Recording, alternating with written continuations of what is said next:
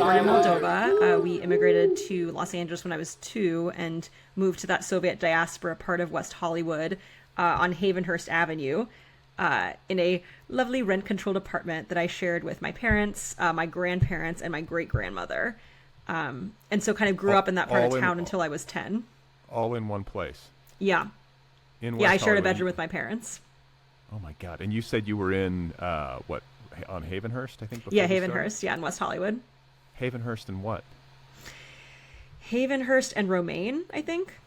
Okay. Yeah, that was my block. I lived on Havenhurst and Willoughby, so we were like, I was just down the street from you. What was your address? Oh, God. We were 950 Havenhurst. I think I was 806. I was just below you, because if you were if you were north of Romaine, you were almost to Santa Monica? Yeah. Okay, yeah. So, I mean, and in what years were you there? This was in the early 90s, so from like 93 until like 90. Let's see. Well, we lived in Ohio for a few years where my dad did his medical residency, and then came back and lived in a different apartment near Runyon Canyon. It was on Martell Avenue. Okay. This is, by the way, this is the most LA opening to an episode of this podcast. Have you seen that SNL skit, The Californians? That's what I was just going to say. What are you doing here? Wait, were you on Romaine? Romaine and what? Romaine and Santa Monica or Little Santa Monica? But that's wild. That's a small world. And I not only lived on Havenhurst where you used to live, but then I lived on, for a time, like at Fuller and Fountain, which is like, I feel like even more concentrated, like Ukrainian, Russian, diasporic.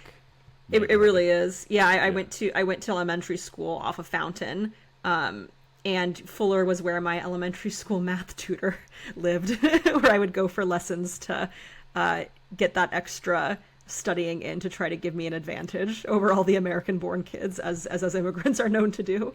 Yeah, like Kumon, like the math and. My brother did Kumon. Yeah. Okay. Yeah, you speak our language.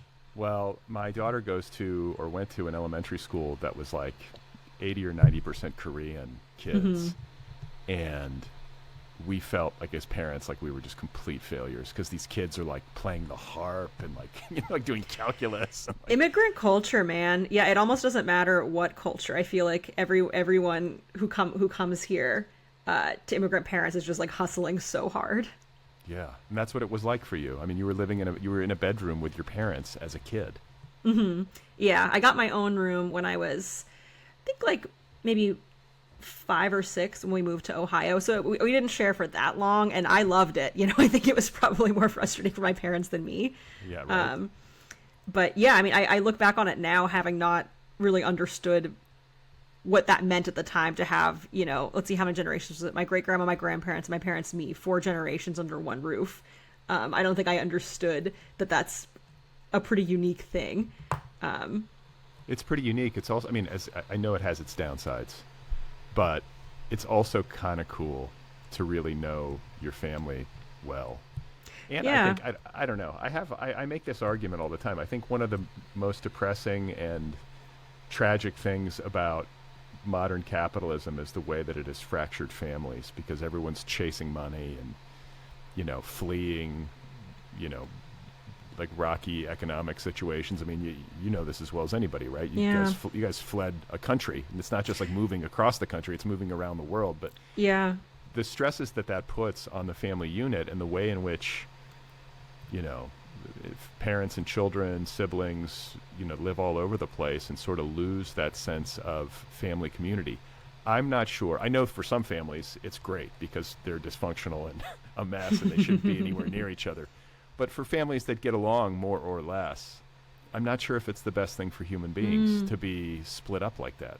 It's interesting. Yeah, I mean, I think all the time now that I have a baby, like how different it was when we had 4 generations living under one roof, when I was a baby and taking care of me was such a communal thing.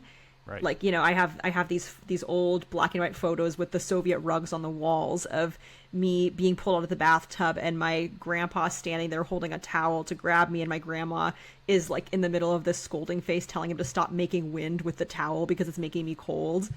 I mean, that's sort of lovely. I mean, and also nice for parents to have like parents and grandparents nearby, because I had this experience with my children. You never really appreciate having your parents close by as much as you do than when you have children.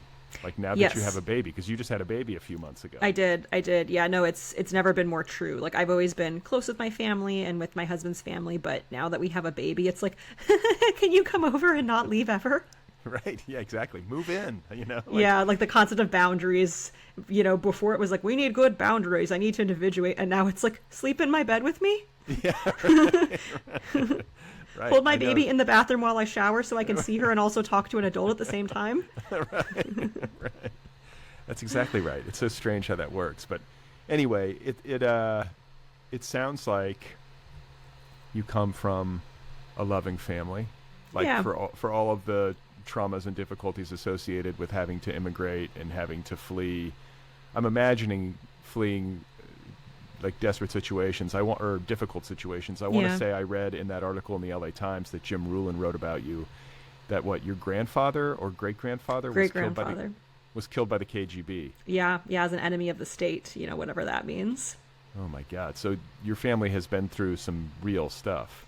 Yeah. A lot of the family lore that takes place in my novel is based on things that have actually happened in my family, or inspired by them, because there's just so many just crazy, completely unrelatable stories for someone like me who grew up here, of people, my grandfather was born, oh God, I'm going to butcher it, in Dagestan or Kazakhstan. I always forget which one, which again, symptom of growing up here and it being so far away from me. But because that's, his mother was on the run then. And that's just where they happened to be when he was born. My great grandmother, who I lived with when we were 4 generations in West Hollywood, her first family, her first husband and daughter, her husband was killed in the war. And then her daughter died of typhoid while they were, kind of evacuating. So just so many insane historical traumas that are my inheritance. And here I am chatting with you on my Yeti microphone with my MacBook in my cozy West LA apartment. Right. That's the thing, though, that's interesting, is that you're really close generationally to so much chaos and difficulty, and yet you're an LA baby. Yeah, and that's something I was interested in exploring in my novel, is what is it like for these historical traumas to affect people who are generations removed? Where they know the people that these things happen to. Sometimes they've heard those stories firsthand, but to them it's just completely unrelatable, and yet they find themselves acting in response to them in one way or another, whether they know it or not. Do you know this like, what is it called, epigenetics, where like the trauma is passed down like genetically? Yeah, like the mice or the rats that kind of react when they smell cherry blossoms because they were given electric shocks whenever that smell was introduced, something like that, right? Well, yeah, it's just basically, or like Holocaust victims, like the traumas of really intense human suffering can actually embed themselves in your genes. Yeah. And then that trauma can somehow be passed down even to children who have no direct experience of these things. I say this with such minimal knowledge of this, but it makes some sense to me. And I'm wondering if you have any like physical lived sense of somehow inheriting in a genetic way, like these traumas. Do you know what I'm saying? Is it simply a narrative issue where these stories have been passed on to you and you're sort of holding them going like, what do I do with this? Or is it something that you might actually feel in your bones, do you think? Interesting. I think for me, it manifests as this like sense of having an unrepayable debt to my family and my ancestors, where they, went through so much to come here to give me a better life, often at a personal expense to them. Like I think about like my grandparents and great grandparents, most of whom don't speak English and had to give up much more illustrious careers to come here, had to give up community, and really just didn't get to have as nearly as full of a life here as they did back in Moldova. But they did it, for their kids and grandkids and great grandkids, and how do you pay that back? That's something that I think about a lot. And, it manifests as a lot of guilt when I feel like I'm not living in a way that they would approve of. Or when I feel like I make choices that is like not why they brought me here, So I feel like that's the way that manifests the most, is just this sense that I have this kind of like bag of ghosts that I'm carrying at all times, and, you know, whether I'm doing right by them or not. That's intense. Yeah. we're off to a really optimistic start. This bag of ghosts. This bag of ghosts. Yeah. New poetry collection just dropped. This bag of ghosts. Forthcoming 2024. I think that's good. I'm wondering, have you come to conclusions about how you should repay them? Like how do you best repay their sacrifices for you? I mean, for me, I think I just try to be a good person. You know, I try to pay it forward and to make my life have some kind of meaning outside of my own happiness and desires. You know, I try to show a lot of love and respect to my family and understanding, especially when there are certain cultural things that, because I grew up in this hybrid culture here, you know, there's these like vestiges of our past culture that there's like a friction between us, right? Where even though, you know, my parents and grandparents have lived here just as long as me for like 30 years, there's still some things that I think culturally are much stronger in them than they are in me, and just trying to have patience and understanding where we might differ.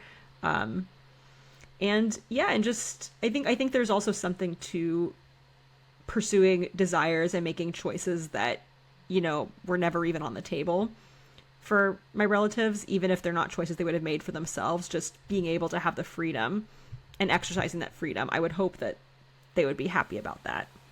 Yeah, you know, it's an interesting point. It is, you know, generational differences are one thing, but there's also cultural differences. To move country and then to have your grandchild or your child raised in a new place, in an entirely new culture, has to be a little bit destabilizing, because you have there's such a distance between like their lived experiences and yours, and it's not necessarily the easiest thing to bridge, right, in terms of understanding one another. Yeah, it's not. And with a language barrier too, it makes it extra hard. Like I speak Russian, but my fluency is at like definitely an elementary school level, so anything that's nuanced is basically impossible for me to explain and impossible for me to understand if a grandparent tries to explain it to me. So, you know, like they're never going to get to read my novel unless there's a Russian translation. And even just like conveying to my grandma that I am a pharmacist, but I don't work in a pharmacy, like that has taken years to explain like how that could be possible and like what it is that I actually do. I mean, it's hard enough to explain in English because I think most people, they hear pharmacist, they think counting pills. They don't think like, oh, like, you know, she meets with patients by appointment, she adjusts their medications. But so there's a lot of nuance that's lost when I talk to my grandparents. And yeah, there is something sad about that. And when they try to tell me stories, as soon as the sophisticated words pop in, I'm like the math lady meme, you know, with like the numbers over her head. Right. Yeah. That's interesting. Was there pressure within your household on you to not learn Russian and to assimilate and to learn English? Like, I know. No. It was the exact opposite. It was my parents were always telling me speak Russian when we were at home, because they knew that I'd pick up English well enough from school, but that you know, they were right that if they didn't really, really insist on us speaking Russian in the home, that it would be so easy to lose it. Yeah. So I mean, it's like I'm on Duolingo right now trying to learn French, which has some connection to my ancestry. I think like the predominance of my ancestry is French in some respects, so that's what I chose. And I would love to be fluent. And I've been doing this for over a year now, and I have you know, other education in French preceding this, but I'm just like, man, what's it going to take for me to get fluent? I would have to live there. And even if I did live there, I mean, you lived in a household with these people, and they're talking at you in Russian, and you still only have elementary like level fluency. Yeah, and I feel so sad about it now that I have a baby, and I feel like I really depend on my family to speak in Russian to her, because I almost feel self-conscious talking to her in Russian, even though she doesn't know what the fuck I'm saying anyway. There's like something almost embarrassing about like trying to teach your baby a language but teaching it wrong. Yeah. And I think I just need to get over that, but because I want her so badly to speak it, but I don't know that she's going to get it from me specifically. Well, yeah, you got to bring your parents in. Lots of grandparent time, just you know, Russian only. But that's cool. That's cool. They wanted to preserve the culture. And, you know, the other thing, you're an LA baby and you spend a lot of your childhood here and a lot of your life here. But for people who don't have context for the Russian and I guess Russian and Ukrainian Moldova, I guess it's all of a piece, but Yeah. the diaspora, the neighborhood that you're from, it's really, there's a lot of Russian speaking people and a lot of like Russian culture, like Russian language signs on storefronts and such. Yeah. So even though you were in a new place, there was some community to be found among people who had similar experiences of immigration, right? There was. And at my elementary school, I would say the majority of kids there also came from post-Soviet families and spoke Russian. So I never had that like elementary school lunchbox moment where you bring your like chicken kotleta and people are like, ew, what is that? Where's your pizza? We were kind of all eating our chicken kotleta, which, reeked of garlic together. Yeah, it's funny, when we moved in to that neighborhood on Fuller, we had like a Ukrainian neighbor, nice guy. He and his young like bride, they were like newlyweds, as were we. Mm-hmm. But like every time I would see him, I'm kind of like, how people are either cats or dogs. Like I'm kind of a dog, I always say. Like I'm like, hey, how are you? And I just remember this guy be like, hello. How are you? Yeah. And I'd be like, hey, and I felt like sort of an idiot. I was like, this guy thinks because he was just never gave me much. He was just like, hello.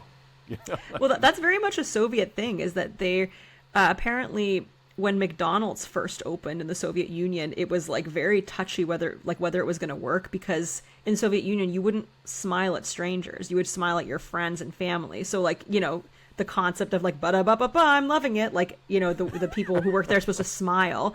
It's very like, are you an imbecile? Like, why are you like, are you making fun of me? Like, why are you smiling at me, complete stranger? That was my experience over and over again, where I would be like, hey, and people would be like, hello. Yeah, it's like, do I know you? Yeah, exactly. Yeah. So I mean, it got better as because there was also an elevator, which I always say, if you're going to socialize, that's a very concentrated place to do so, when you're in an elevator with somebody. So not only was I trying to like figure out this cultural situation, but I was also doing so like within like a foot of this guy. Yeah, no escape. Yeah, I think eventually he like learned to humor me. He's like, oh, there's the happy man who lives next door. But you mentioned a second ago that you are a pharmacist. Your novel is called All Night Pharmacy, which, we should say that I guess pharmacies are peripherally related. It's not about an all-night pharmacy. This novel does not take place at like CVS. Right. Or anything like that. But you yourself are a pharmacist, but again, you're not a pill-counting pharmacist who works at a place like Rite Aid or CVS. Nothing against that. But this is your day job, and you work with HIV patients primarily? Yeah, I work with people who have HIV, and I also work with people who I see for primary care conditions. These days it tends to be more primary care stuff like high blood pressure, high cholesterol, diabetes, things like that. But I do have an HIV specialty and license, so I'm always kind of trying to poach other people's HIV patients if they don't feel as comfortable managing that condition. But yeah, I see patients in an outpatient clinic. My job is basically just to help improve their quality of life. So oftentimes people who have uncontrolled chronic conditions like diabetes or high blood pressure, they can really benefit from seeing a healthcare provider pretty regularly, like sometimes as frequently as every couple of weeks. But I mean, you know how our health system is. Like, try to see your primary care doctor more often than twice a year or 3 times a year. Like, good luck.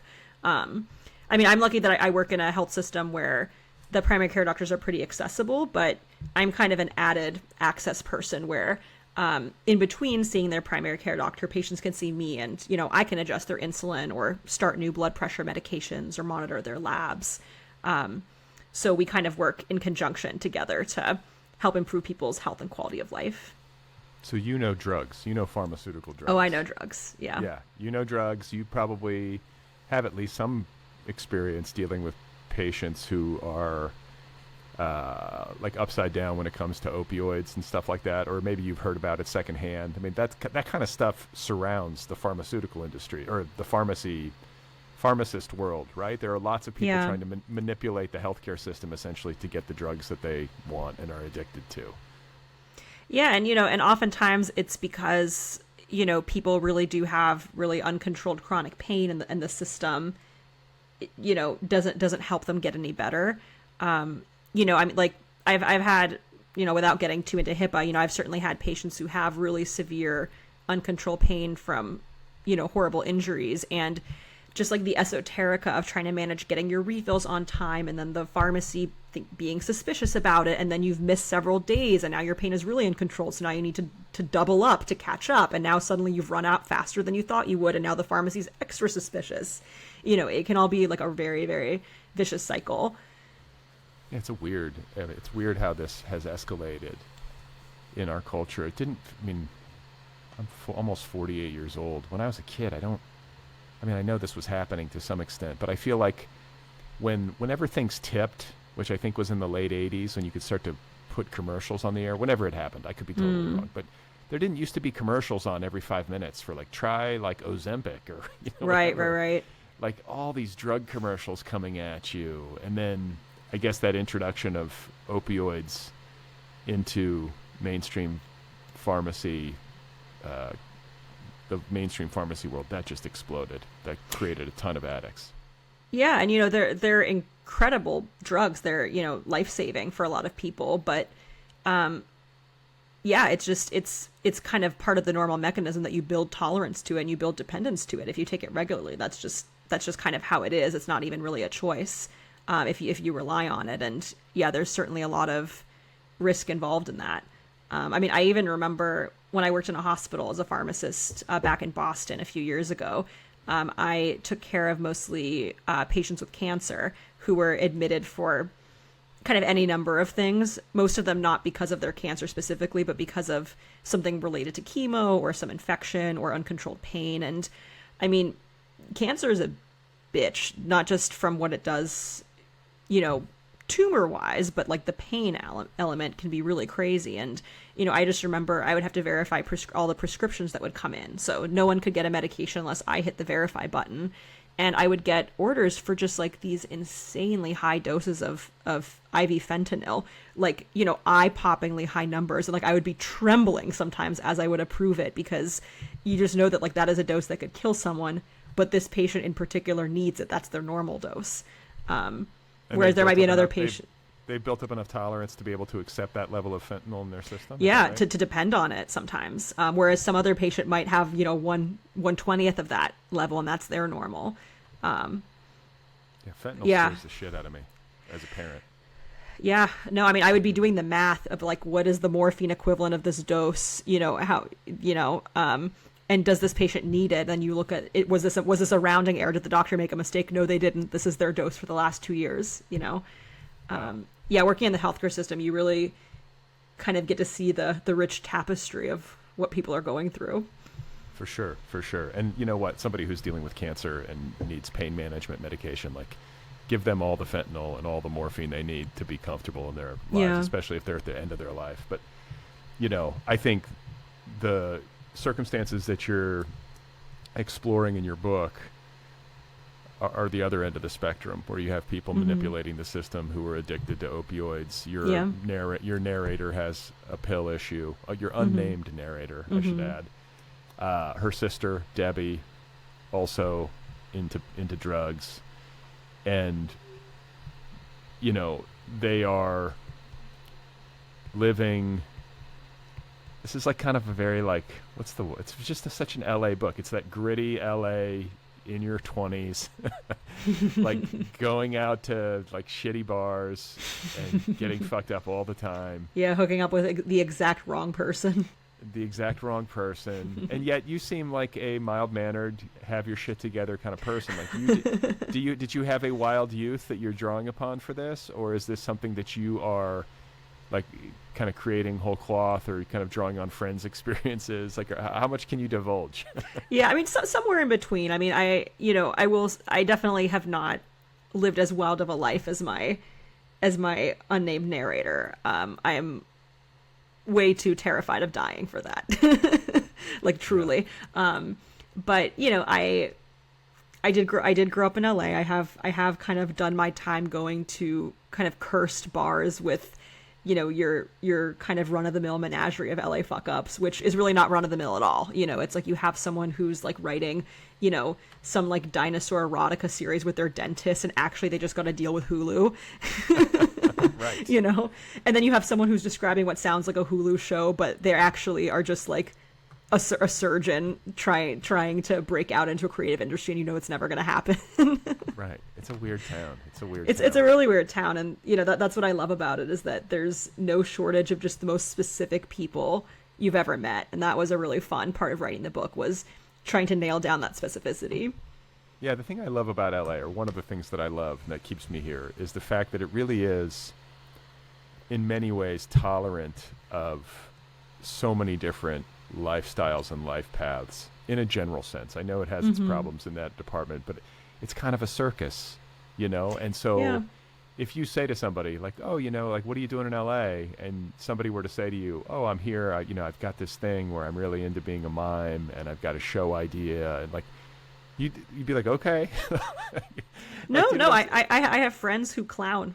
Like, they've started a clown troupe, Right. It's there. We have everything here. Yeah. And how many cities in the world can you say that? Where if like you're like, oh yeah, I went to clown college and now I'm in a clown troupe. Like I've lived in other cities. You've lived in Boston. Like it's not the same. It's not the same. It's not the same. LA is like will embrace a clown troupe in a way that most cities will not. And I got to say, there's a bar in your novel called Salvation, which is sort of the bar where your narrator and her sister and their crew tend to hang out. What is it a proxy for? I was racing through my mind. Like, what is Salvation a proxy for? What was the bar? Oh, like which LA bar is it? Yeah. No one place. It's kind of just an amalgam of all the like kind of seedy dive bars that have a lot of heart and are kind of on this edge of being, just sort of a haunt for the people who have always been there, while also getting kind of gentrified because someone wrote an Eater LA article about like how great this one drink is, and now suddenly they sell avocado fritters or else they're going to go out of business. Right. So it's kind of an amalgam of all those divey places in East Hollywood, downtown LA. Yeah. Is there like, what were some of your favorite places? Do you have any from back when you were young? Or like, yeah. Oh my God. You know what I mean? Yeah. It's so funny. So we moved back to LA in 2021, kind of during COVID, and I have been to so few bars since we moved back because, the pandemic still exists, and then I was pregnant and have a kid. And so being in kind of an outdoor space where you have to really get up in each other's faces and scream to hear each other. Ruth, it's over. You have a child now. Those days are done. I know. I'm like getting so heated, but also lusting for it. I'm trying to think of what bars to go to after all my book launch parties, and it's a little overwhelming because like I haven't experienced that culture in so long. Me neither. I mean, I wouldn't even know where to go. I really wouldn't even know where to go. I'm truly blanking at like what were the places I'm thinking of, like places I went to in college. Like Casey's Irish Pub and Hyperion Public, and God, I'm like truly having trouble thinking of like what LA bars that I used to go to, because now it's so much more like outdoor patios and stuff. Parking lots. Yeah, literally parking lots. Yeah, and just, what's nice about LA is there's so many places outdoors where you can kind of have a nice time with drinks, like, the Hollywood Forever Cinespia screenings where, you and your friends can like bring food and just like sit out against the graves and drink and watch a movie. That's been much more of my vibe in more recent years. Yeah, for sure. I feel like... Bar Lubitsch. That's the one I was trying to think of. That Soviet-themed bar in West Hollywood? Yeah, I've had so many cursed encounters there. Bar Lubitsch, really? 7 Grand downtown. Now it's coming back to me. I've been to those, too. That's weird that I've been to... Bar Lubitsch has been around long enough that I've actually logged some time there. It's been Love it. And is it still there? It's still there, I'm pretty sure. Yeah. Do you know on Fairfax, like near Fairfax and Santa Monica, do you know that dentist office where it just says Dr. Korbatov across the front of it? Regina Korbatov was my landlord for a time. She's like, I love it. Regina. Yeah. She was hilarious. She was a piece of work. But she's like, Dr. Korbatov. I just love that it just says Dr. Korbatov. I know. I gotta love LA, and like all the pharmacies are just called Apteka in that area. and Babushka grocery store, where I Yeah. still shop when I'm in West Hollywood for gotta have my pierogi, my Okay. pinmienie. Yeah. I don't know what to get. You know what I'm saying? And I'm a vegetarian. I feel like that might. Oh, you would really struggle there. I would struggle. I feel Yeah, like I mean, you could definitely get like some of the cold salads, like the eggplant salads, like those things are always good, but you can't mention you're vegetarian when you're there because people will look at you like you've just like stepped on their grandmother's face. Good to know. So this novel, to get back to it, is sort of, exploring youth, diasporic Los Angeles, Moldovan, Russian youth. And it's also very much a story about sisters. Mm-hmm. And it's about drug abuse. It's about sexual exploration. Like those early relationships that you have in your 20s that you're sort of trying to figure yourself out. It's very much a book about that. It feels like a novel about place. But the heart of the novel really is between the narrator and her sister, Debbie. Mm-hmm.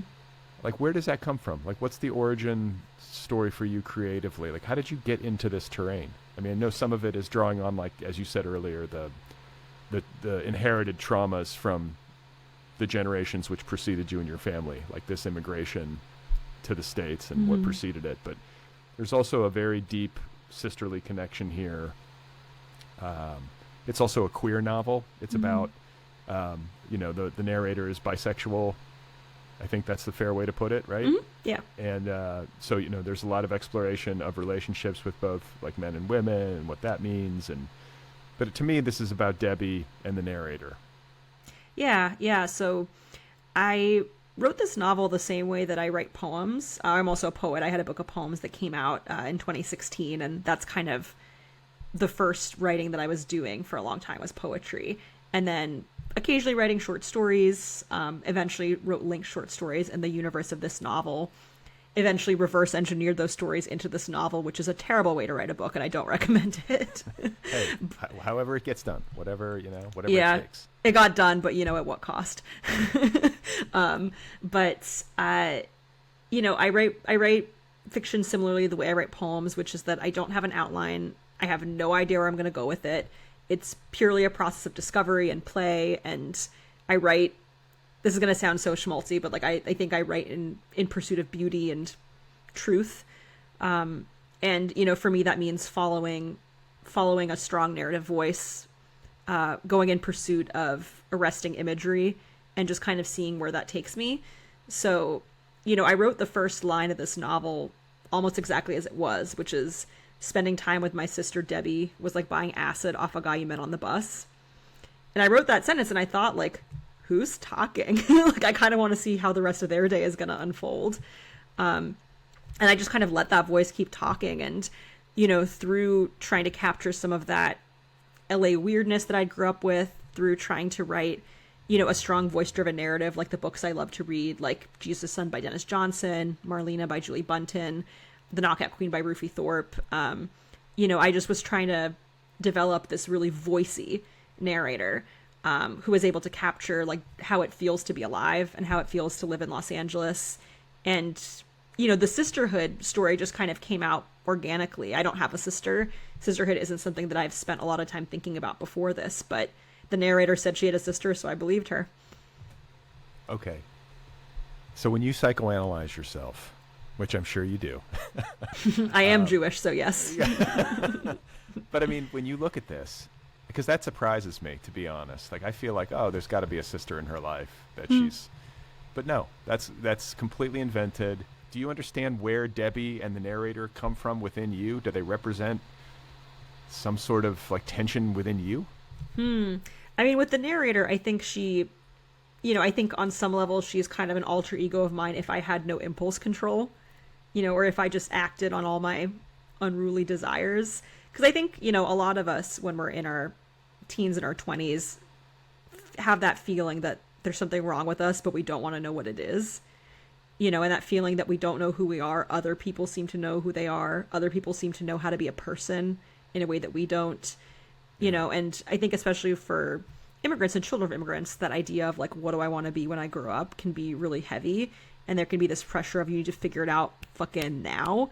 Because, most immigrants that I know were not told, like, follow your dreams. You can do anything when you grow up. Like, I mean, I grew up in a very supportive household. My family has always made me feel like I could succeed at anything I try at, but it wasn't that same, like, the money will come, you'll figure it out. It was very like, okay, bitch, you need a stable profession. Like, we are not ending up back in some shtetl. Like, figure out what that is.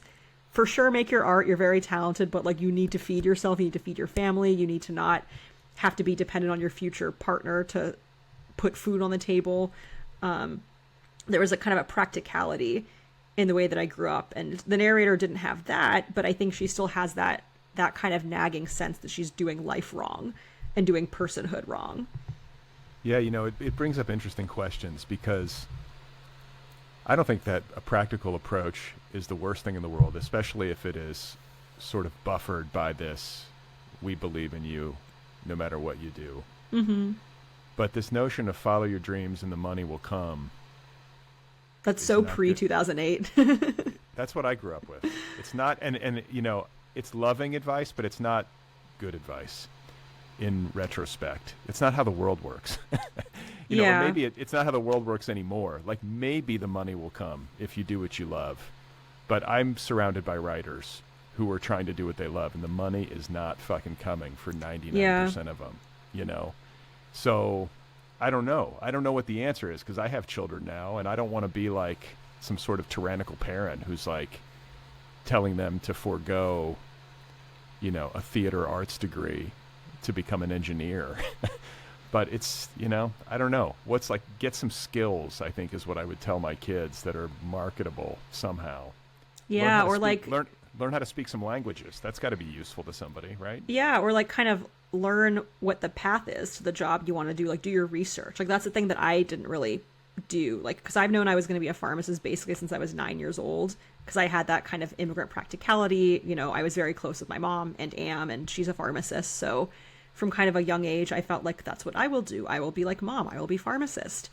And, in middle and high school and college, as I was on these pre-pharmacy tracks, I, really, really fell in love with writing and got very angsty about, how I have so many friends who are studying film and, which is, I went to USC, so I had a lot of friends studying film, and people were just pursuing these and creative writing, and people were pursuing these really artistic lives through their education. And, I was on this very practical path and still writing and performing at open mics and taking writing classes when I could, but it felt like, why not me? Why can't I do that? And I think what I didn't realize is that, like, well, you're not really doing any research of what that would look like. I think I had this idea that to be a writer, either you are so successful that you sell millions of copies, or you never publish anything and you die in obscurity.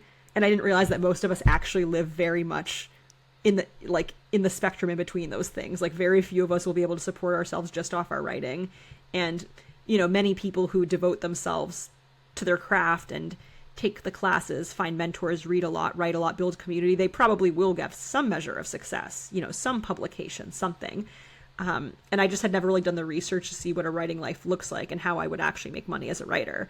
And I think that, if my kid wants to go into a creative profession later, I think I'll encourage her to look at, okay, like, how are you going to make that work though? Like talk to me about it.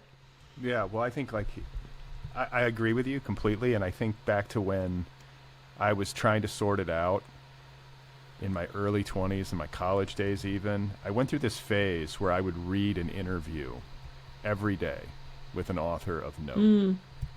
I had a stack of print, because I used to print out the pages. This was back in, I don't know, that seems antiquated, but I love interviews, and I used to print out interviews, and I felt like writers gave away their secrets in interviews, and you could learn about the life. The only caveat that I would offer is that you need to, if you're going to try to do research, and especially into figuring out how to do something as like nebulous as become a writer or an artist of some kind, is that you need to read interviews with contemporaries. Yes. Because I was reading interviews with like these mid-century male writers who were like whose wives are like typing their books for them. Yeah. I mean, it's a completely different world. And I was like, oh, so that's how it works. So I think when I entered the professional phase of my, writing life in my mid to late 20s, when I was just sort of trying to poke through, I had this understanding of the world and the literary world that was completely non-existent in actual. That's so interesting. Yeah, that's a very, very good point. Is you can't read about the days when you would sell, a couple pieces to a print magazine and make $100,000. Right. That's what these people were doing at the mid-century. You could publish 2 stories a year in the Saturday Evening Post and buy a home and support a family. Yeah. That's over. It's so unrelatable. It's so unrelatable. It's crazy. So now it's like if I can negotiate an editor from 300 to 400 for a 2,000-word essay, I'm like, wow, girl boss. Girl boss, you are killing I've it. made it. It's so fucked up. It's like I don't understand. I guess that there's more things competing for people's attention. It seems like lots of books sell. People still read. But it's just not the only show in town, or it's not one of the only shows in town the way that it used to be. There's just more shit coming at people, and there's more niches to satisfy every little desire of people. So it's just harder for, like, the monoculture to exist or something. You know what I'm saying? Like, sort of like when you went from, like, the television with, like, 4 channels on it to, like, suddenly having cable TV with 600 channels, and then all the streamers, and forget it, Yeah. No, it's like now every time you open Hulu or Netflix and you see an ad for one of these shows with like the most stacked cast you've ever seen. And it's like, why have I never heard of this? Like it has Meryl Streep, and I've literally never heard of this show. Who has time for all this? I guess this is the thing. You pick what you have time for. And most people pick like shit on Netflix or Hulu. Yeah. And then there's some of us who pick books of poetry and works of literary fiction or whatever. But I'm so steeped in books. I'm like, I turn on Netflix and I'm like, I just can't. Like, maybe I could watch one episode of this, but I can't get invested. So what's the point? I'm not going to have time to watch a whole series. I just don't have time for that. But then again, I watch the news. I watch like Sports Center. I'm a guy, so I guess that's where I burn my TV time. But I'm just like, I have a hard time like locking into a series. Yeah. So. Anyway, so this is a book about sisters. This is a book about kind of people living on the margins and trying to sort themselves out. It's about unsatisfying relationships. It's about trying to sort yourself out professionally. This unnamed narrator becomes, a secretary in an emergency room? Is that right? Yeah, she becomes a receptionist who kind of handles the intakes when people come into the emergency room needing something. Okay, so, and this feels like something that you are equipped to write. It's not a job you ever had. No, not a job I've had, but I have spent some time in emergency rooms from when I worked in a hospital. We would all kind of take turns holding the code pager. So when a patient would have a code blue, so like a cardiac or respiratory arrest, whichever pharmacists had the code pager during that shift, they would have to go wherever in the hospital that person was and potentially mix medications on the spot if they needed, epinephrine or amiodarone or something for their heart or breathing. And oftentimes those codes happen in the ER. So I've spent some time in ERs and know kind of how they function. And I think for my narrator, who gets that job at a time in her life when she's trying to spend a little less time at that bar salvation, trying to ingest a few less substances, I think that the kind of controlled chaos of the ER sort of fills that hole for her. Yeah. What I was thinking in a sort of self-centered way is like, what a great job for somebody who's going to become a novelist. To work at intake in an ER. Like you see some shit, and especially in a big city ER. Like I've been in like the Cedars emergency room. That's a zoo. Yeah. Yeah. No, it's the emergency rooms are one of the worst places to be. And, I think the narrator finds kind of solace there because she's surrounded by people who are having the worst night of their lives. And I think it kind of makes her feel a little better about herself. And, it also allows her to try to be in that chaotic environment, but in a way where she's helping people, but she still gets to be, the kind of the dirtbag she is and have disgusting, vulgar thoughts. Like when, there's a patient who gets transferred to the ICU with a tube down their esophagus and I think like a tube up their urethra, and she thinks of that as spit roasting. So vile. But that's who she is, and she still got to help that patient. Well, but it's also, I feel like it's on target in terms of like human nature, because like gallows humor is very much associated with emergency rooms as I understand them. Like, yeah, this is what you hear this. I have friends who whose parents were doctors in emergency rooms or whatever. Or you hear this talked about somewhere in the culture about how you almost have to have kind of a macabre sense of humor just to be there day after day and to see all this stuff. Yeah, no, I think that's very true. And I think that's the same for people from the Soviet Union, especially Jews from the Soviet Union, is you have to have this kind of darkly comic orientation toward life because you've seen so much shit. And it's, in order to survive, you have to be able to see some of the humor in it. Yeah. Yeah. I mean, I think you need that no matter what to get through life if you live long enough. That's true. But I think especially if you're living through the kinds of things that like Russian Jews and European Jews lived through in the mid 20th century. I don't see how could you function in the absence of that, right? No, for sure. I mean, I think it's our most beautiful survival mechanism in a way, and it's certainly my go-to defense mechanism is to kind of try to turn everything into like a funny story. And it's funny then when you reflect back on it, like, I look back sometimes at like funny stories from college and I'm like, fuck, that was harrowing. That's not funny at all. Like, are you okay? How did we survive? How did we survive? We were lucky to survive college in some ways. Some of the dumb shit. Like I guess I can tell this story. It's pretty innocuous, but like one of my nieces just like rolled a golf cart. She was on vacation in Florida and rolled a golf cart. No one got hurt seriously, so it's all's well that ends well. But I was just thinking, my first reaction was like, the foolishness of youth. And then I was like, I ran a motorbike into a tree when I was in 5th grade. Oh my God. Yeah. Some of the shit that I did was so boneheaded. I'm lucky. Yeah, I hit the trunk of the tree with my head, knocked oh my myself God. out. Yeah, no, I mean, my dad would tell me stories about when he was, a youth in Ukraine, about he and his friends like breaking into these like buildings that were being remodeled, that had kind of abandoned, but they were in these like mid stages of construction, and then being chased by, I don't know if it was like the police or the contractors, and having to run through the building and like jump off like the 2nd or 3rd floor to avoid getting caught, and just like, totally brutalizing your knees. Yeah, youth, man. Youth. Yeah. It's wasted on the young. Isn't that what they say? I feel like yeah, now he's a doctor. Now it all worked out. Good for him. So this book, as I've alluded to earlier a little bit, is also very much, I feel like, a book about working your way through, like, trying on relationships. Mm-hmm. Right? Like trying to find intimacy with people, trying to sort out like what you want from those kinds of relationships. The narrator has a relationship with this guy. God, I'm blanking on the character's name. Ronnie. Ronnie. He was like, so like earnest. He's a very good comic character. I think you probably know that. He's funny. Mm-hmm. Like the way that you kind of build him.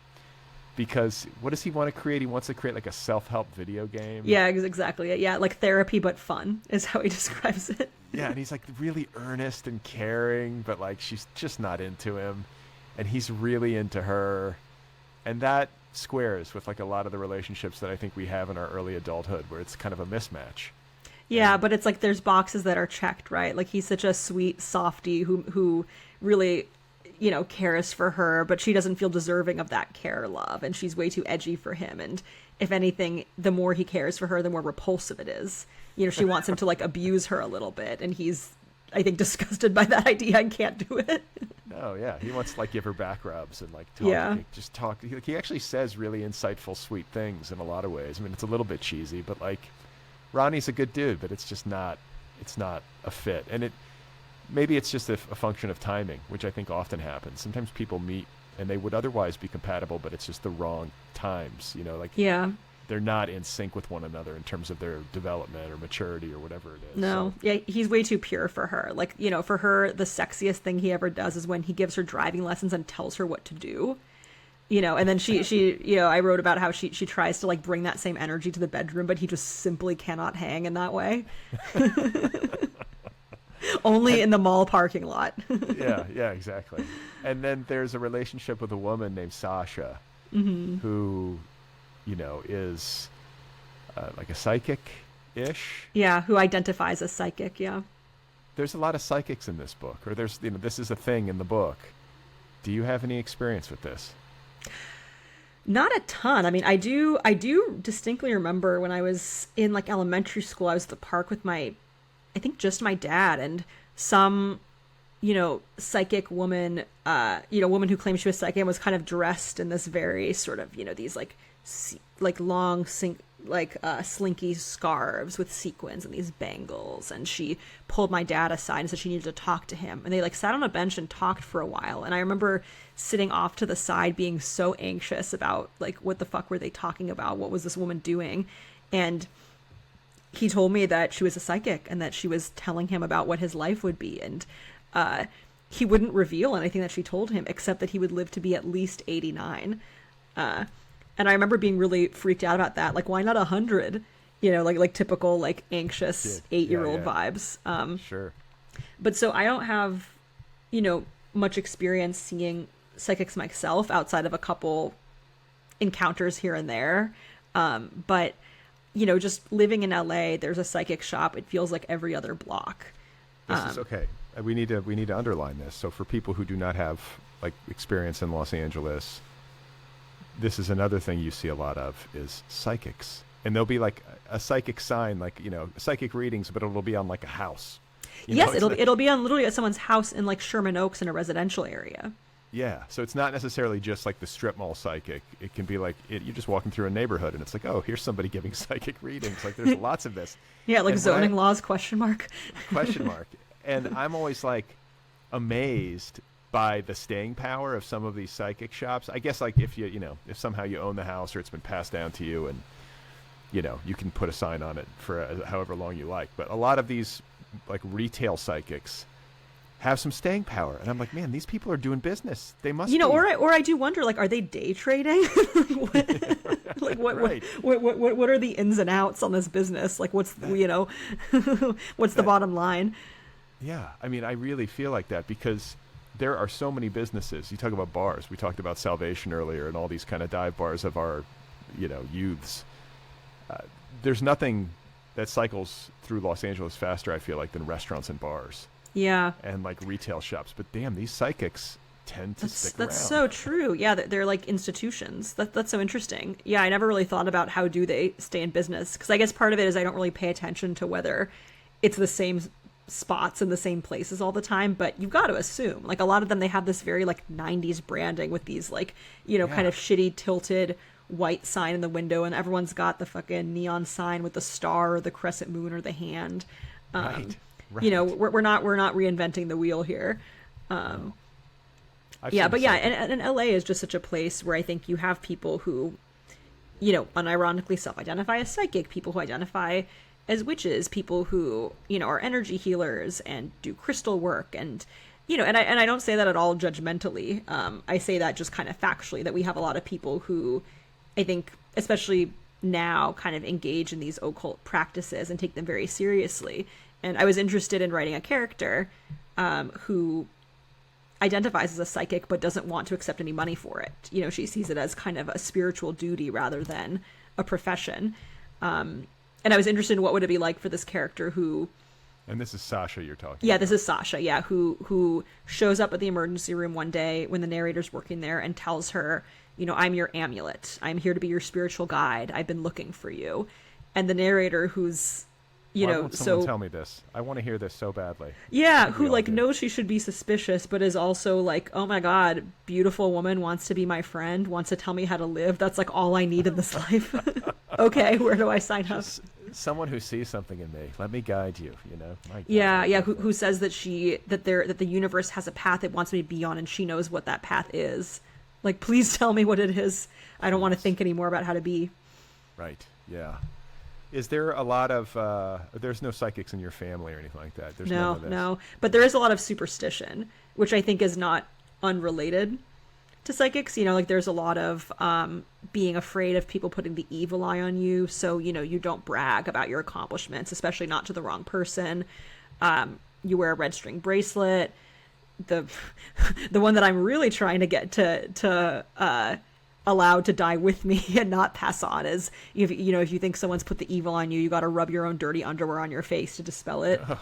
Yeah. I have yet to meet another post-Soviet immigrant who heard that one growing up. That's you got to rub your dirty underwear on your face. Yeah. Put the evil eye on you. I know. And I then think someone's like great grandma came up with that as punishment. We've all just been replicating it, probably. And then there's also, I want to say, isn't there talk of golems and like Jewish folklore and Yeah. curses and all that kind of stuff? I mean, that's stuff that you probably grew up with a little bit, right? A little bit, yeah. I mean, we didn't really talk about like, people putting curses on families, but just this idea that there were dark forces and light forces, and that you had to kind of do everything you could to keep your family in the light. And that might mean flashing a quarter at the full moon so that you guys would have money, and not putting your purse on the floor because then you wouldn't have money. There were a lot of things around money. And I got pneumonia when I was in college after my brother's bar mitzvah. And even though my parents are both healthcare professionals and understand how pneumonia works, I think for some people in my family there was also this low-key belief that maybe someone put the evil on me because I looked too hot at the bar mitzvah. Really? Which, very flattering. Yeah, right. That's fascinating. I sometimes, there's a tweet recently that I read where someone's like, it feels like my life is being directed by somebody who doesn't like me that much. And I think about like this notion of like past lives and reincarnation and how you're sort of living in a continuum, which makes some degree of sense to me. I don't know, but I mean, it makes some sense to me. And I sometimes wonder, like, because I do look at some people and I'm like, wow, they seem to be having an relatively easy life. Everybody has suffering, but some people do seem to be born under a good sign. And some people do seem to be getting just like pistol whipped by life. You know what I'm saying? Just like no matter what they do, they're just fucked. And to greater and lesser degrees. I mean, it can get really intense, obviously. Yeah. But well, it's like, have you heard that I think it's Yiddish, that Yiddish phrase like schlemiel and schlemazel?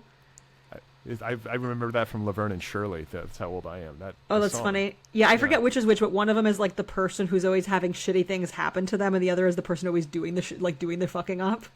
Right. It's like the fuck up and the one doing the fuck, or like the person who's fucking up and the one who's affected by the fuck up, schlemiel and schlemazel. Right. Yeah. And Yeah. I don't know. I mean, like, you don't want to put too much faith in that, because then it's like you feel powerless. I'm just like born under a bad sign, and life's just going to be hard, and I must have done something fucking awful in a past life, which, like, I can sometimes get into that headspace where, like, especially when I'm in like self-pitying mode, like, what did I do? Yeah, like who did my great grandfather piss off?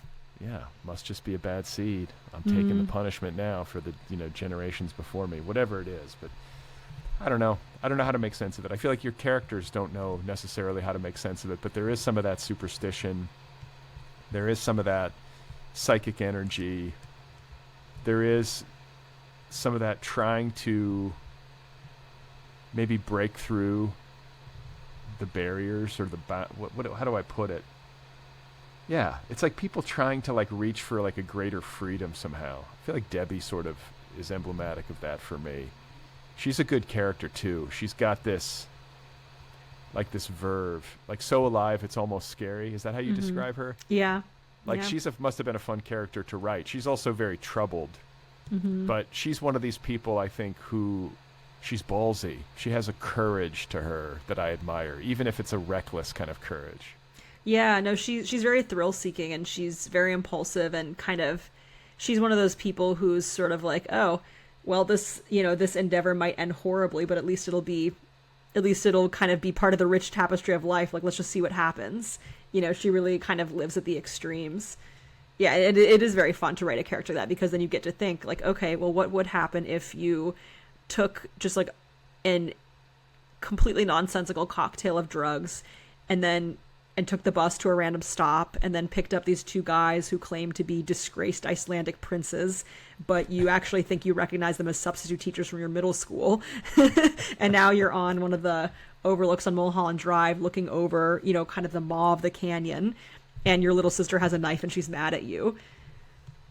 Like what does that look like? It's very fun to write characters like that, because if I want to maintain my professional license, I can't be that person anymore. Yeah. Well, what you're talking about is a person in their 20s, and maybe early 20s in particular. And like there is, I think, as I look back on my early adulthood, it's kind of a reckless energy in some respects, but you're just so wide open and you're kind of dumb, at least if you're anything like me. But there's a hunger for experience. There might even be a hunger for extreme experience, and to just try to like you're hungry for wildness at that age, and I don't think that's all necessarily bad. I mean, it can get you into some trouble, but I can't completely condemn it if I'm being honest. There's something beautiful about it. Yeah, and I think especially for writers, I think there's also the sense that like, well, something to write about. No doubt. You know? I mean, it'll give, but I think like maybe that's part of the equation for people who are creative. And maybe also, I mean, you know, I used to joke, like, you know, there are certain like experiences in college. You know, this like phrase where you're like, "This is our Vietnam." Like, oh my God, people, yeah. you know what I'm talking about? But it's like for Yeah. people who, but that's actually like an expression of great privilege, because like you didn't have a fucking Vietnam, so Yeah. like, something that happened in your dorm room. Mm-hmm. Right, You know? right. That big But- fight with Chrissy. Yeah, right. Or that like, you know, acid trip or whatever it is. You know, you're alluding to like a shared big experience essentially that wasn't necessarily all fun and games, but was also fun, you know, in some twisted way.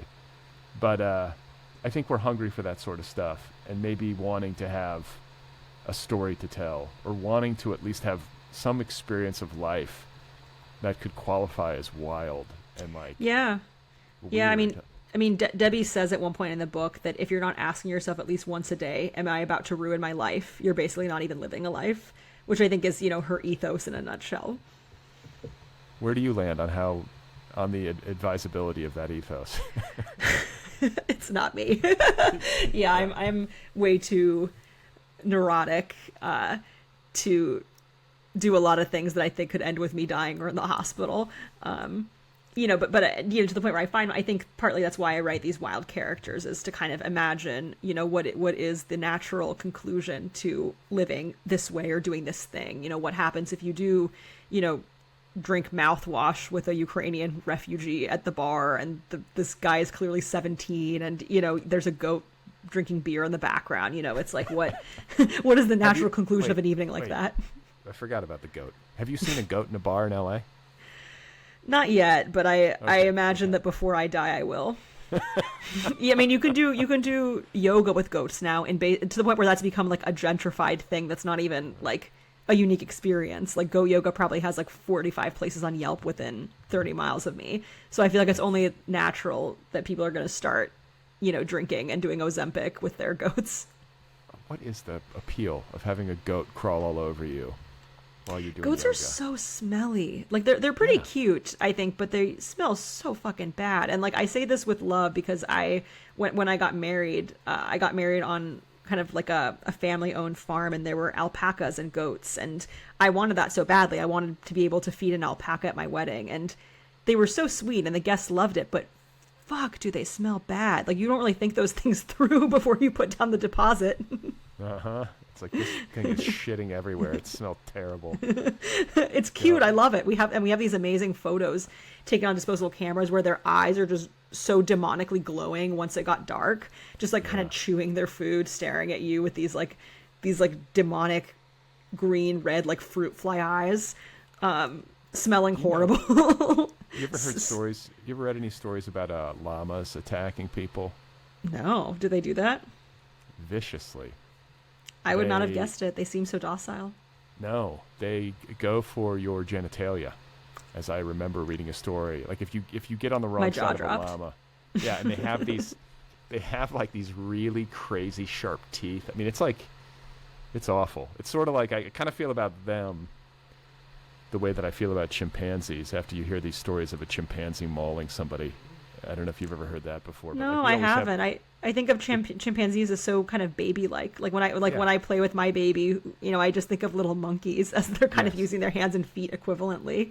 That Right. makes me a little You sad. think a chimpanzee in a diaper. That's what we think of, right? That These is what little- I think of. They are vicious. Stay away from them. Don't go anywhere near a Oh chimpanzee. my God, my childhood is just rapidly leaving me throughout this podcast. Hey, that's what I do. But you want to, but I mean, honestly, you want to freak yourself out. Google chimpanzee attack, and you don't realize how strong. You couldn't pay me to do it, Brad. Yeah, no. There's one story in particular that haunts me, but it was at like one of these sanctuaries for animals, you know, that have like they were in the circus or whatever, and they've been rehomed so they can live out their like twilight, like in a safer place. But this guy who was taking care of this chimp went into the chimp enclosure, and the thing absolutely mauled him. Like, he doesn't have a face anymore. Oh my God. Like, lost both of his thumbs. I mean, like, the thing just fucked him up. And you're like, what? A chimp can do that? And it's, yes. And that's like the exact kind of person who would be drinking at this bar Salvation in my novel, is like the one person who was viciously mauled by a baby chimp. Not a baby, a full-grown. A full-grown chimp. Babies, I think you're okay, but a full-grown chimp, I want nothing to do with it. Nothing. Yeah, that guy is literally drinking with my narrator. Yeah, exactly. You know, it's going to make a bad joke, but I'm not going to do it. So it's about, you know, like what has two thumbs and, you know. Like, oh, God, yeah. Yeah, I'm not doing it. I didn't do it, just for the record. Ruth, I want to talk a little bit more before I let you go about your education, which you touched on earlier, and how you sort of were in college. It's interesting to me that you would have like a creative impulse, you know, like a creative gene, and yet you had this very practical upbringing and this sort of, you know, from the age of 9 you said, I'm going to be a pharmacist, and you sort of had that track sort of laid out for you. But you went to USC. Mm-hmm. So you did have proximity to all these spoiled kids who were getting their film degrees. I mean, USC, what do they call it? The University of Spoiled Children, right? Yeah. I mean, it's a private school. It's very moneyed. It is a pipeline to the entertainment industry. Yeah, and, you know, to be clear, I was a spoiled kid in a way that I was, you know, grumpily, you know, doing this pre-pharmacy program that my parents were paying for. Like, I just want to do creative writing, you know, as tuition costs are like skyrocketing, and they're saving me from the student debt crisis. And all I want to do is, you know, read at open mic nights and not have to look under a microscope again. Yeah. I mean, you know, I got my graduate degree at USC, so I know of which I speak. You know, I was there. It was different than being, I think, an undergraduate. I sort of viewed it as a commuter school because I didn't live anywhere near it. I mean, the pharmacy school was exactly that for me. It was on a different campus entirely, and yeah, not a place that you really hung out after hours. At least I didn't. Yeah. But anyway, you know, it's a good school, but I think it makes some sense to me that you would be there getting this pharmacy degree, but then also sort of mixing with creatives. It's not the worst setup. I mean, I think of, like, imagine if you had gone to some school in like Pennsylvania or something. I don't know if it would have been quite the same, is the point.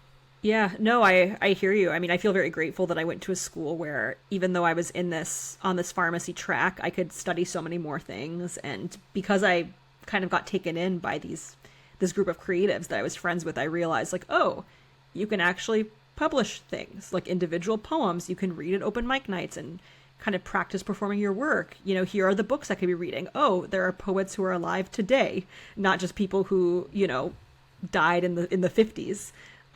Just so much that my world was opened up to from that proximity. And, you know, I think the English and creative writing department really kind of took me in as one of their own. And I've told this story a few times before, but the way that this novel got written was that originally they were linked short stories where I would only write one of them when T.C. Boyle would come to campus to meet with creative writing students. And I was fully not in the major and was in classes on the pharmacy campus across town, but I somehow weaseled my way into those meetings with him and wrote so many of those stories just to have something to show him. So yeah, that proximity to creativity was everything for me. Did he give you any feedback that was meaningful? You know, he has, when I met with him, he had a very light touch when it came to like criticism. It was a lot more of talking about kind of what the stories are doing and encouraging me to keep going. I mean, I'm sure I was the 900th person who was in their 20s and came in there wanting to write the next Jesus' Son. You know, and he had actually gone to Iowa with Dennis Johnson, I think was his friend. So his composure at being able to be like, oh, this reminds me of Dennis's work, knowing that I'm, you know, dying inside hearing that because it's all I've ever wanted, was remarkable. But what is it about Dennis Johnson that moves you so much? I mean, he moves a lot of people, but what is it that's one of the writers that you really connected with?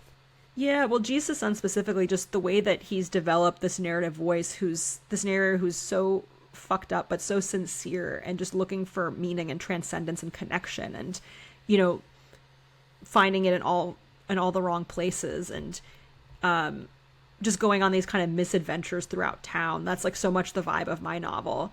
And just the intense specificity of his work. Like, you know, there's in that first story in his book, Car Crash While Hitchhiking, there's, this horrific car crash, and this, a woman, I think, is told that her husband has died in the crash, and the main character, Fuckhead, who's the narrator, describes, I think you probably already know what I'm going to say, that he's outside the door in the the ER or something, and he clearly hears her being told that her husband is dead, and then he says that she made a sound like an eagle shrieking or something like that, or like it was like diamonds were being incinerated in there.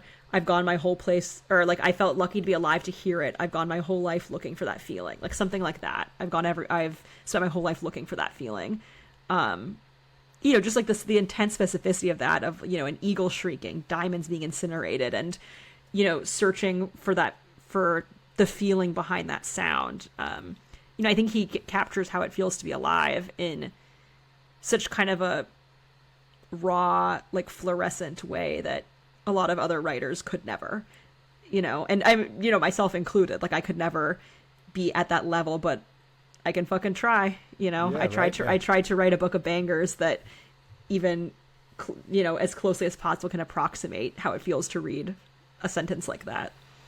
Well, and it's interesting that you're drawn to these characters, at least in this book, that are living a life that is pretty removed from yours. Like you're a much straighter arrow than your neighbor, at least that's what you're presenting. Maybe you're doing that because you don't want your boss at the pharmacy to find out. Got to maintain my professional license. Yeah, but I mean, I can usually tell. I'm sure you've had your moments in your youth, like anybody, where you're like a little bit off the rails, but you seem like somebody who's got her shit together. And it's interesting that these kinds of characters are what you're drawn to. And I guess they're fun to write about. Like you say, it's a good story. They are fun to write about. And yeah, I think it's a kind of a wish fulfillment in a way of like, what if I wasn't this neurotic and I allowed myself to be more impulsive and just kind of see where the night went, because I do love stories like that. And, I'm a sucker for shows like Euphoria where everyone's 17, but somehow the amount of like insane traumas and experiences they've been through are like enough for like they're ready to die now. Like they've had enough experiences for a whole life. And that was never quite my life, but I sure do love reading about it and watching it. Yeah. Because extremity is interesting, right? Like who wants to read a book about someone who's just working a respectable job, has a supportive family? Yeah, boring. Yeah, it's not why we go to literature. But you said earlier you just want to you wish you could just be one of those people who goes out and just kind of sees where the night goes. Like to some degree, especially if I knew I would survive. Yeah, the night doesn't go anywhere good past like midnight. Right? And yeah. Nothing good happened. I mean, maybe 1 a.m. Maybe something good happens between 12 and 1. After 1, forget it. I think everything that happens after 1 is typically pretty bad. And, like you just know you're going to run into like your friend's dad, like hooking up with like someone from your elementary school, who, to be clear, is now grown up. But it's like, you're married. Or you're just like somebody's all like coked up and like babbling at you, and you're just like, ugh, get me out of here, Yeah, whatever. Just people saying things that they don't mean because they're on drugs, but now you're never going to forget that they said that, and your relationship's never going to be the same. Right. You sound like you speak from experience. Anybody who stayed out late enough. Yeah, anybody who stayed out late enough, and especially in LA bars, you're going to run into that. But I want to know, before I let you go, like what it's like to publish this novel on a New York press, and to have your family get to see you have this success, like, must be thrilling, right? I mean, yeah, it's the best. I mean, I was, not gonna lie, very nervous for my parents to read it, because there's something so vulnerable, about, writing any book and having your family read it, but especially this book, where there's just like so much drugs, so much just kind of weird, degrading sex, a lot about like, our family stories, and me feeling kind of, like kind of the soft inside of a crab when its shell comes off, with like, ooh, you're reading about my innermost thoughts about being diasporic, and you're seeing me kind of put into words this family lore that I didn't personally experience, but that you told me about, and I hope I'm doing it justice, and I hope it's not gross that I'm kind of commercializing this traumatic narrative that isn't something I experienced myself. And, I'm I feel very happy that they ended up finding it very moving. And, there were some stories, like there's a story about, I think Sasha's dad at one point in this throwaway line gets like bitten by a pregnant rabid dog back when he lived in the Soviet Union. That like fully happened to my dad, I think when he was in medical school. And he found that so charming and fun to see those stories in there. Listen, now that it's out, I feel relieved. Yeah. And I think you come from a loving family. I think they know what they're getting. They know you're an artist, and that people most reasonable people will give latitude to an artist. I also feel like people generally like to see themselves in print, like to see their experiences somehow memorialized that way, especially if it's like I don't know, not necessarily flattering, but I mean, if you're just taking a chainsaw to their reputation or something, or depicting them in some really unsavory way, that's one thing. But I think in general, if it's honestly done and it comes from a good place, most reasonable people won't have a problem with it. That's nice to hear. Yeah, I need to remind myself of that, because I think there's, that meme that's like, the ecstasy of being seen, the mortifying ordeal of being known. Like the two sides of the same coin. I have a little bit of that, of like, see me, understand me, but also like, I'm so shy, don't stop looking at me naked. Yeah, right. But you know what? I've had that. I wrote a very personal novel, put it out there. I think the thing is to remember too is nobody gives a shit. They do when they're reading it, but then they're just really concerned about themselves. Everyone's just up in their own head. They're not sitting around going, wow, Ruth. They're not sitting around. They're not fixating on you. And then it may be one person is, but everybody else is just caught up in their own stuff. That's what I tell myself anyway. I think that's true. Yeah. And, maybe they'll assume it's autobiographical anyway. Who cares? Yeah. You can't do anything about it. Right. Maybe people will get upset because they have some bone to pick with you over something that wasn't even about them in the first place. Okay. Sorry that you project. Get help. I mean, yeah. I'm kind of a fatalist about this. I'm and we're all going to die. It doesn't matter. It doesn't matter. No one's going to remember my book. And I mean, no, you know what I'm saying? It's going to be gone. It's dust in the wind. You tell the truth as, you put it down as best you can. Some people read it and connect with it and have a moment of communion with it or something, and it eases their suffering ever so slightly. That's it. Yeah. That's really beautiful. Yeah. And, I try not to think too much about, immortality and will my book last the generations, because mostly what I care about is that the people, it finds its people here and now, right. and who knows how many copies it'll sell or how many readers it'll find, but it's just been so gratifying so far for the people who have read it, for my family, for my friends who I slipped early copies to, for the writers that I admire who blurbed it. It's, it's already meant a lot to me to have it exist in that space and get those reactions. And, it's getting to the point where I can't control anything beyond it, but I'm pretty happy with how it is going out. And yeah, I think you're going to get some letters or some DMs or whatever from people who might be in the diaspora or who might have grown up in LA. I think you're going to hear from some of those people. I think those kinds of people you don't know. You know what I'm saying? Yeah, I hope so. It'll happen. I'm going to predict it. And that's going to be really gratifying. I think the strangers, when you hear from strangers, it's the most gratifying. It is, yeah, because they owe you nothing. And it's oh, this is real. You're not just doing this because you love me. You're not just you're not reaching out to me to let me know you read it out of some sense of obligation. The book really hit you. So I feel like that's coming.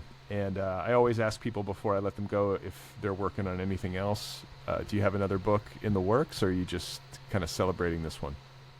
Something in between. So I have a second poetry collection that's basically done that we're going to go out with soon. And that's my first poetry collection since 2016. So it's been kind of a long time in the works. And then next novel, I have some ideas. Wait, what's it called? Right now it's called Knowing. I'm not sure if that'll stay the title. The poetry collection, the one I'm working on, it's called Knowing. Okay. At the moment, I'm really bad with titles. Actually, the original title for All Night Pharmacy was Prescriptions, because I like this duality of a medical prescription, but also advice. But that's pretty corny and a very unmemorable title. So I never feel any attachment to whatever the working title is, because so someone for marketing is always going to tell me like this shit sucks, and thank you for that. Thank you. Yeah, right. I like All Night Pharmacy. I mean, Thank you. I didn't come up with it. A writer friend did. Oh, really? Do you care to divulge their name? Which writer? Yeah. Billy O'Neill, who's a poet. When I was trying to turn the short stories into a novel, we would try to write 500 words a day and email them to each other just for the sake of forcing ourselves to write. Because to me, it felt like a monumental task to turn a short story collection into a novel and have to write organically from scratch with no sense of where the plot was going. So I really just needed kind of to do the ass and chair method and have a person who was going to be on the receiving end of, whatever I like spat out that day.